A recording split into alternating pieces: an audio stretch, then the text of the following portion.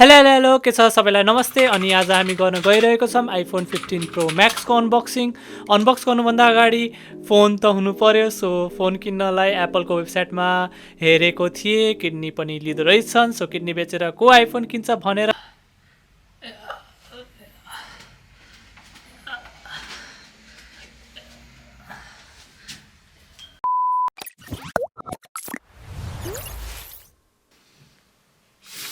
So yes, मेरो iPhone चाहिँ आइसकेको छ after waiting for long time. अनि यो फोन चाहिँ आफ्नै रगत पसिना आँसु एक गरेर मम्मीसँग पैसा मागेर किनेको हुँ। अनि यसको बेस्ट पार्ट चाहिँ यही फर्स्टको हुन्छ, किनभने त्यो जुन चाहिँ त्यो निकाल्दाखेरि त्यो तान्दाखेरि त्यो ओपन गर्दाखेरि चाहिँ मन एकदम खुसी भएको थियो।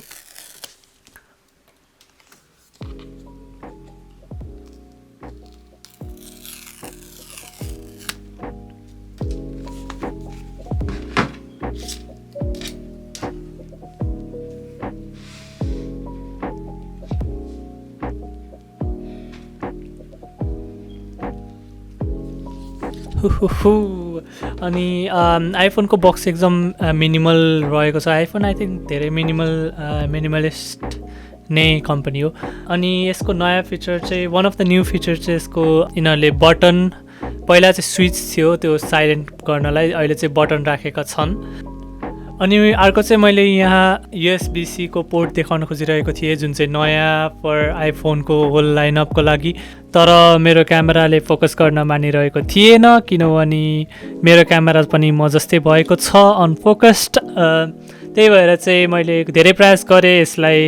5 मिनट जति चाहिँ मैले यसलाई टाइम दिएँ, मोटिभेट गरेँ, अनि त्यसपछि अलिकति फोकस भयो। अनि यस, यो चाहिँ एकदम लाइक फास्ट डेटा ट्रान्सफर र फास्ट चार्जिङको लागि युज हुन्छ। अरू पनि छ, जस्तै SSD पनि हजुरको राख्न मिल्छ। अनि यसमा चाहिँ वायरलेसली चार्ज पनि गर्न मिल्छ विथ 3 चार्जर यदि तपाईँहरूसँग छ भने। अनि सो स्क्रिनको कुरा गर्दाखेरि स्क्रिन चाहिँ सुपर रेटिना XDR भन्छन् एप्पलले, जुन चाहिँ नर्मली हामीले OLED भनेर चिन्छौँ। र यो चाहिँ 120 हर्ट्ज रिफ्रेस रेटको छ, जुन चाहिँ मोस्ट अफ द गेमिङ कुरा गर्दाखेरि 90 हर्ट्ज म्याक्समा चल्छ।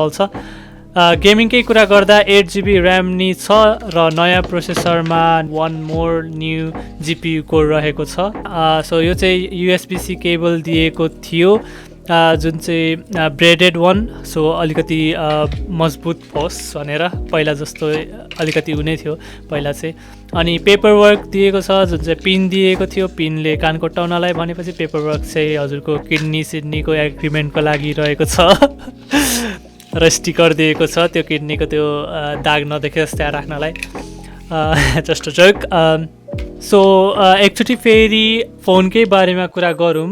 फोन चाहिँ टाइटानियमले बनेको रहेछ, जुन चाहिँ मैले आई एम टाइटानियम भनेर चाहिँ गीत गाउन मिल्ने रहेको छ।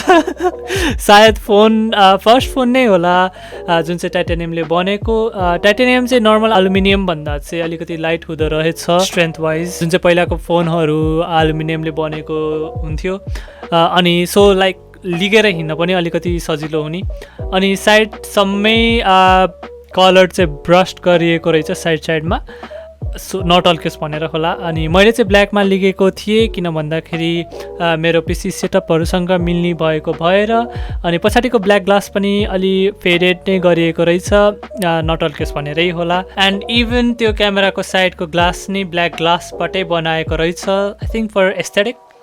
अनि यसको बेस्ट फिचर त अब चाहिँ गर्नै पर्यो, जुन चाहिँ क्यामेरा रहेको छ। सो क्यामेरा पनि यसो क्लिप बनाएको छु, हेरिदिनु होला।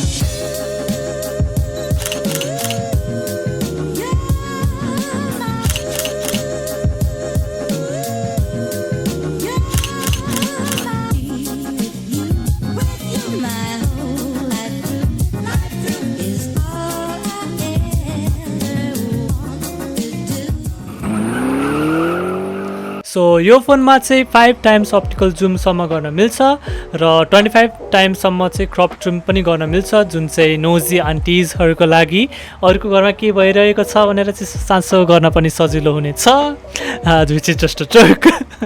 अनि यसमा चाहिँ फिल्मिङ टाइप भिडियो पनि बनाउन मिल्छ, जसलाई चाहिँ प्रो रेस भनिन्छ। सो पछि कलर ग्रेडिङ पनि गर्न मिल्छ अनि मैले पनि ट्राई गरेको छु।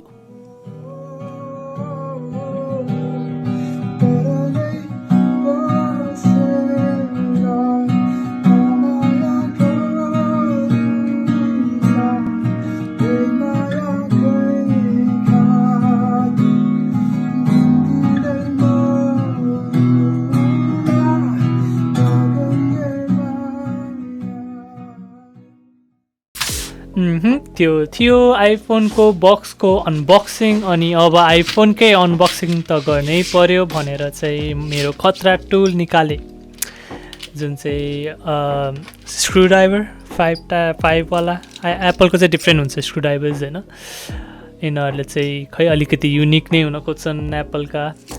सो अभियसली भ्युजको लागि पनि ओपन गर्नै पर्यो आइफोन। के गर्नु लाग्यो? फोन खोल्न लाग्यो। अनि आफ्नो फोन नखोलेर किन मेरो फोन खोल्न लाग्यो त? यसरी भ्युज बढ्छ नि त। बढ्छ त